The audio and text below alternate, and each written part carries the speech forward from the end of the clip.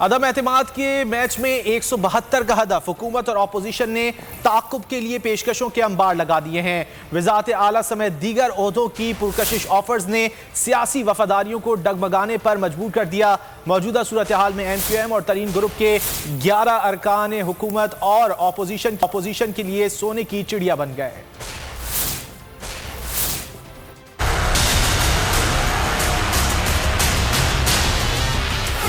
अदम एतमाद का मैच, हदफ 172, हुकूमत और इत्तेहादियों का स्कोर 171, अपोजिशन जमातों के कुल नंबर 168। मुकाबला असाब शिकन। नंबर गेम की बिसात पर MQM और तरीन ग्रुप की कुर्सियां सबसे अहम हो गईं। तरीन ग्रुप के 11 अरकान का सियासी वजन पूरे अवान का तवाजुन बिगाड़ सकता है।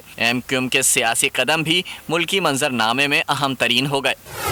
तहरीक इंसाफ के 155 अरकान अवामी हिमायत के बाद ऐवान ज़ेरी में इत्तेहाद में शामिल MQM के साथ हाफ लीग के 4 मेंबर भी हुकूमत के साथ। ग्रैंड डेमोक्रेटिक अलायंस के 3 टूट फूट के बाद BAP का एक रुकन कौमी इत्तेहाद का हिस्सा शेख रशीद वाहिद नशिस्त के साथ इमरान खान के बहुत करीब।